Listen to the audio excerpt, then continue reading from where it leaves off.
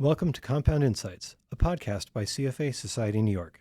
I'm your host, Rob Rowan. Today we're going to talk about a bevy of different macro issues with two folks who are exceptionally perched well to talk about this at State Street Global Markets, Cayla Seder and Marvin Lowe. And many of you will have heard Marvin on the podcast before. Cayla, first up, is a macro strategist with the multi-asset strategy team at State Street Global Markets. Prior to joining their team, Cayla was an officer on the Global Markets FX sales team, and Cayla got her BS at Northeastern University. Marvin, who you've heard before, is managing director and senior global market strategist on that same team at State Street Global Markets. His prior experience includes research roles in FX, rates, investment grade and high yield credit, and equities markets. He got his BS and MBA from NYU, and he is currently an adjunct professor at Boston College. Still adjunct? Okay, great. So, I was just saying that. I thought, geez, is that right? So you all sit on one of the things I find really interesting about your job, not that I want your job, but I find interesting about it, is you sit on top of a whole bunch of different data all the time. So you have a couple different sort of macroeconomic tools that you use, their flow and positioning. So what are those economic indicators saying to you all now? Yeah, what we're hearing from a lot of our flow and holdings data, which is traditionally more of this institutional investor, so keep in mind these are folks that have more of a longer term investment horizon, is they're relatively risk on. So when we think about where we were positioned heading into the election and versus where we are today, a lot of these same trends are continuing, where we do see some risk appetite. However, I would caveat that this risk appetite is pretty concentrated, and it's pretty much concentrated in the equity space. So when we look at risk appetite throughout the entire investment, environment, we'll look at, okay, what's happening in asset allocation, what's happening in FX, fixed income commodities, and in equities. And we look to see, is risk taking very broad across all asset classes, or is it very concentrated? And so right now what we see is this message of concentration where these longer term investors are willing to take risks is quite focused on the equity space. Okay, and that's U.S. equity? Yes. And that is any cap, all caps? All caps. Okay. Yeah, and some of the other things that we're seeing that's interesting, and there are a lot of conversations on, the Trump trade, for instance, and I think different people have different definitions of that. But one of the purest forms of the quote unquote Trump trade is a stronger dollar. Whether it's tariff driven, whether it's U.S. exceptionalism. One thing that we've seen, as Cayla mentioned, going into the election, real money investors, kind of the institutional data set that we have access to, they were comfortable owning the dollar. And that's fairly unusual going into elections, particularly when you think about how contentious elections have been over the last 8 to 12 years. So idiosyncratically, that was something that we took in our analysis to kind of show that this view that somehow things were going to be okay in the U.S. was going to continue. And sure enough, our more shorter term flow shows that there's a continued buying in the dollar. And that dollar is against a broad number of developed market currencies. So certainly we all are watching what's going on in Europe, whether it's Germany, whether it's France, as well as a very broad group of emerging markets. So when you kind of think about it, okay, there's a stronger dollar against what? Against everything. So it's this ultimate affirmation that the U.S. is still maybe one of the better places to be. But also just remember that stronger dollar globally creates a lot of other problems. The other interesting thing that we've seen around quote unquote this Trump trade, and I would argue that it might not only be the Trump trade that's driving this, is this kind of shorter rates type of theme that's emerged. A lot of people talk about it from a debt sustainability perspective. There's certainly an above average growth component associated with not wanting to own fixed income as the Fed readjusts things. But we are seeing that real money investors, once again, do not necessarily want to buy U.S. Treasuries the way we would normally expect them to buy.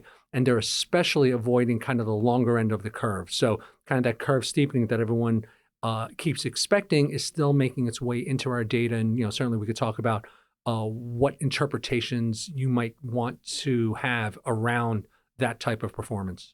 Yeah, I mean, that is actually maybe a logical place to shift to here a little bit, but I do want to come back to fixed income because you left a couple of nice breadcrumbs there, is when you look at all this data and then you think about it from a macro perspective, are you recommending anything different to your clients about their asset allocation or, their overall view, or maybe taking something off to control a few risks?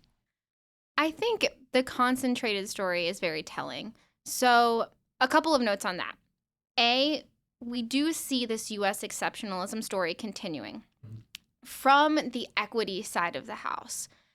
Because we see an environment where there could continue to be a bit of bear steepening, we do think it makes sense to be somewhat cautious within equity allocation. So, for example, we still prefer large caps to small caps because if we're in an environment where the Fed is slower to cut rates, you still have that interest rate burden that weighs heavier on small caps. And even if there is a bit of a tailwind from a small magnitude of cuts, you're still in a worse environment in probably 2025 than you would have been in 2019. So in 2020. So that's one thing to consider. Also, when we look at where we see risk taking and where we see a bit of less risk taking, although we see net positive flows into cyclicals, it is nuanced. So for example, we see very strong outflows in energy and materials. And a lot of the cyclical demand is coming more on the consumer discretionary side of things. Yeah. And so to us, that says, okay, it's important to be mindful of where we're taking risks, and important to keep in mind that interest rate environment in the coming year too. Yeah. Well, let's talk about rates a little bit. You all had sort of, last time you were here, Marvin, you had what we thought was an unconventional view about the stability of rates, and here we are. So why don't you take a victory lap for that and tell us what you think thank now? You. Thank you for that softball. No, certainly we have had concerns about really whether or not we were being compensated for the risk that inflation and ultimately the rates complex was exhibiting. And sure enough, the inflation environment has been a bit stickier than everyone expected. The repricing of the Fed, really since the Fed started cutting, has been quite dramatic when you think about it. 100 basis points from a neutral rate perspective is really an admission that the market got it wrong. Now that we kind of are through that, certainly Fed pricing is much cleaner than it was back in August, September. And you could see an environment where the Fed keeps cutting. So you've got kind of supportive aspects for certain parts of the curve. Kind of your asset allocation question with regard really goes to the classic 60-40, if you will, right? And, I think that there are still aspects of the rates market, particularly treasuries, in a severe risk-off kind of environment where treasuries will provide you with that kind of hedge that you normally expect. There's a real yield component to the treasury market now, which is fairly attractive. So you could say that, you would want to, you'd want exposure there. But I think that as we kind of look at the way the cycle is evolving, particularly the fact that the curve remains very flat, even though you would normally expect the curve to really be much more positively sloping right now, means that maybe you want your 60-40, but you want to really be careful about how you expose that 40%, from a term structure perspective. To me, the short end and belly still is probably the cleaner expression of trying to capture that real yield, trying to capture maybe some of the hedge capabilities that fixed income provides without risking the duration concern, which again, our data is showing real money is concerned with duration, but also in terms of the amount of debt that's out there, really the still unanswered question about whether or not inflation volatility is entering a new regime. Do we have a geopolitical environment that will make energy cost or goods cost much more volatile than they've been? The importing or deporting, depending on which way you want to think about it, of disinflation that globalization provided is something that I think it's really hard to say, okay, the next 10 years, we're going to see a repeat of that. And if you have those types of concerns, you're not being compensated at the long end. And I think that's probably one of the bigger concerns that I have, where I do think that duration will still underperform, even though we've had a pretty decent amount of underperformance over the course of the last, several months, few quarters at least. Yeah, so that's an excellent waterfront. Could we, drop down into individual subsectors of the bond market? Because you mentioned that there might be some flattening for public power, for instance, major issuer in the sector. So what do you think about Yeah, for sure. So I do think the market is still playing for a soft landing that is supportive of credit. I have a tendency to like shorter duration a little bit more. It's harder to get kind of that shorter duration within the investment grade space. You have to go further out to actually capture that. So in a soft landing, maybe quality high yield makes a bit of sense in here. I do think the kind of cash flows around a lot of the securitized debt out there right now is cleaner. It's easier to understand those cash flows. And then really for kind of global investors, for better or for worse, there are economies that are not expected to perform as well as the US. And in those instances, those are positive rate kind of environments. So, a lot of Europe is a great example of needing to be careful.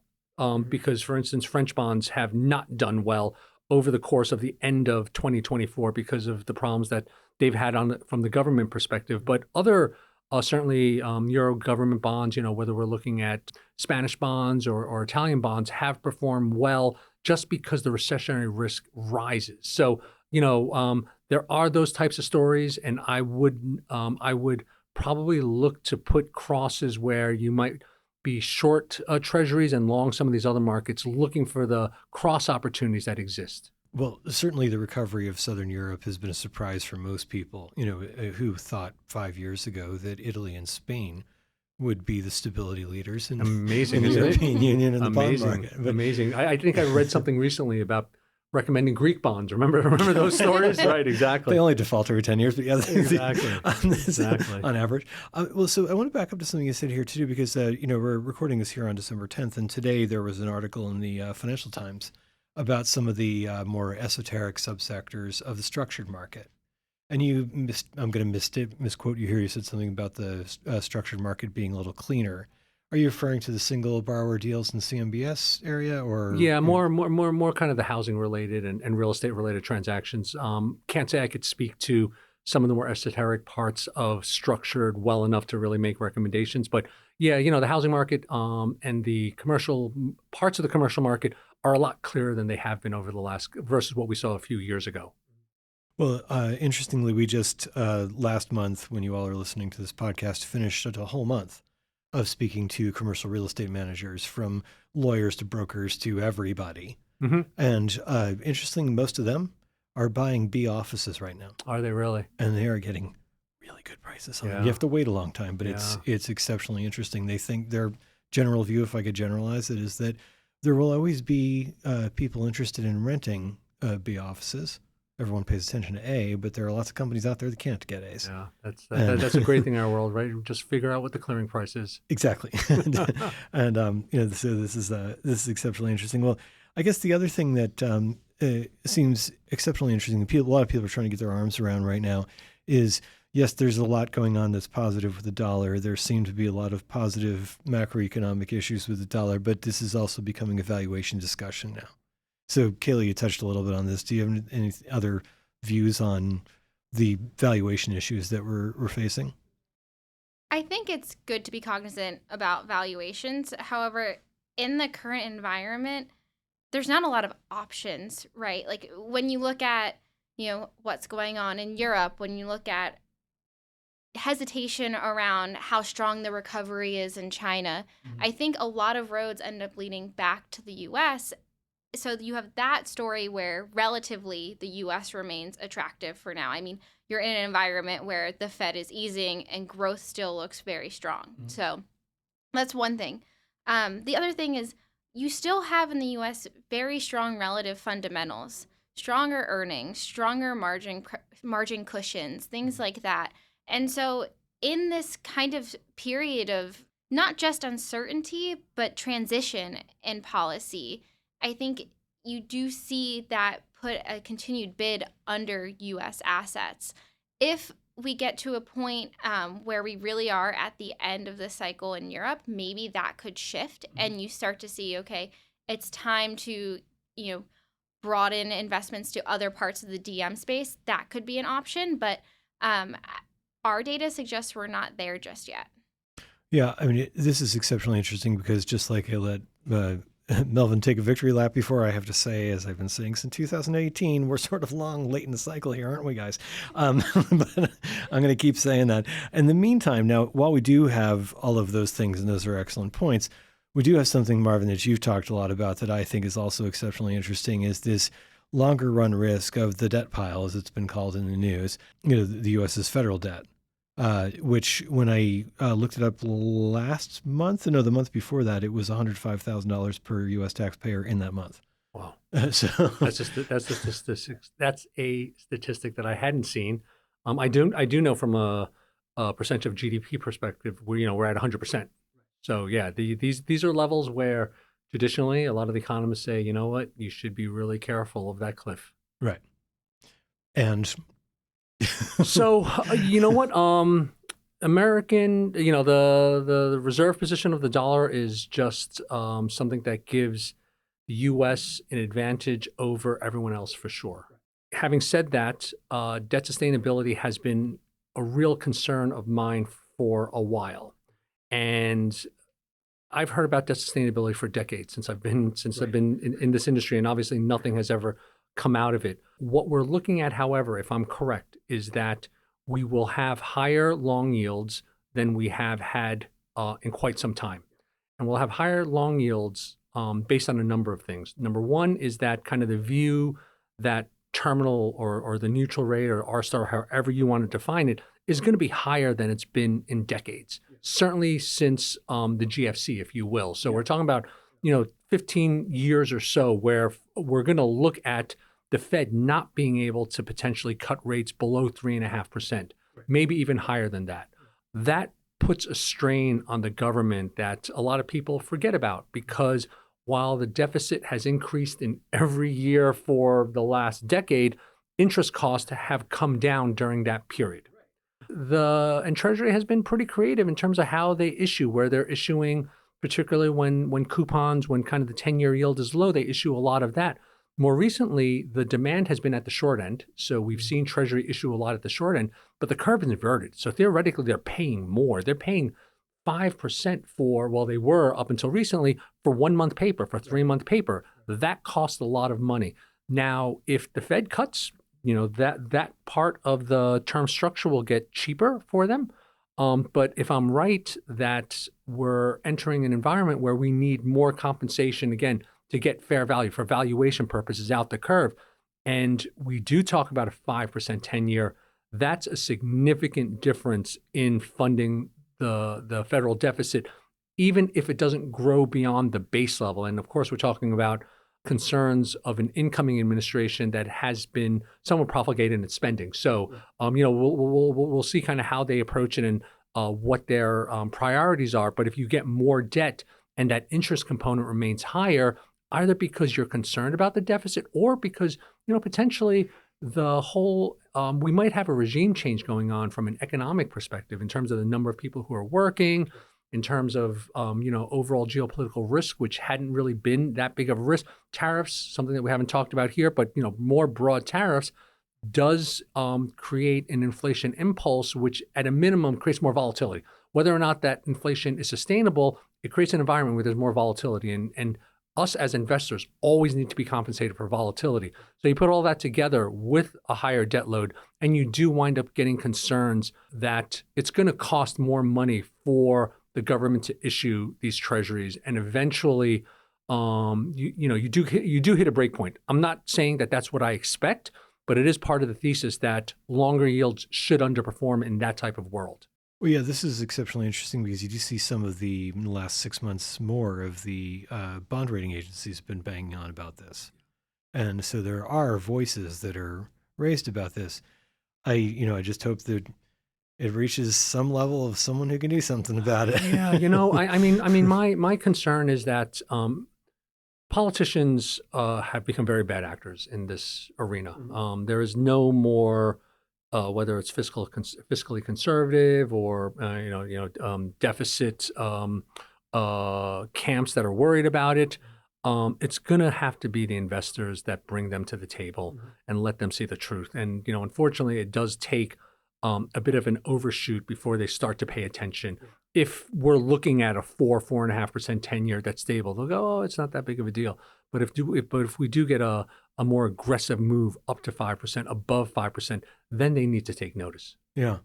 Yeah, I was wondering what type of trigger that would look like, because of course the debt service expense did exceed DOD last year. Yes. Which I thought would be that's another trigger. The siren. Yeah, that's certainly another one of those triggers that economists talk about very significantly. And then, over the years, we've put more, the bigger part of the budget is non-discretionary.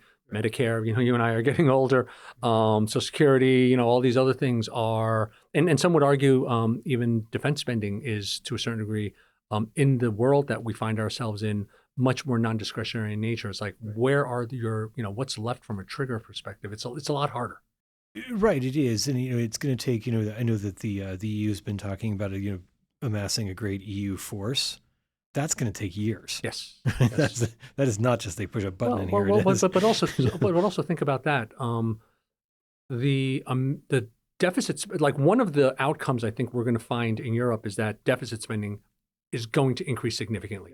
The debt break in Germany, which is getting so much attention, is going to be suspended because they need to. There's no other way out of the concerns that they have there. And if they do need to have greater defense spending, there's going to be more debt that's associated with that to begin with. Right. There's a crowding out. Remember, there's only, we kind of hope that there's always unlimited money, but there is, a limited amount of liquidity that can go around the world. Yeah. If you've got all of the governments around the world post-pandemic that need to run bigger deficits, more debt issuance for whatever reason, whether it's populism, whether it's for a reordering of the New World Order, that money is fluid. That's the one thing that we always have in our world, is that capital is incredibly fluid in this world.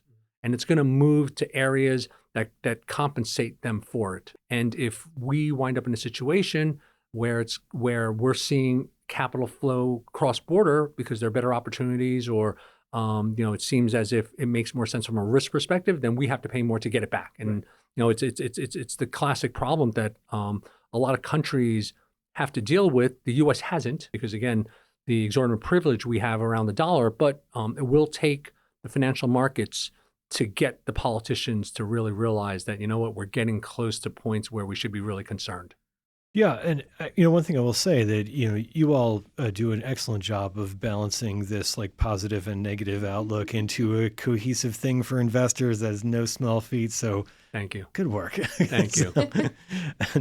And thank you both for being here today on the podcast. Thanks so much. Thanks a lot, Rob. And thanks to everyone for listening. So I did mention earlier that we had this whole series on commercial real estate. I hope you go back and listen to those podcasts if you missed them. Upcoming, we do have a couple of interesting events coming up in February and March, and we do have the single family office event that will be going off on March 14th here at CFA Society New York. You can sign up for that on our website right now. Until next time, I'm Rob Rowan, and this has been Compound Insights.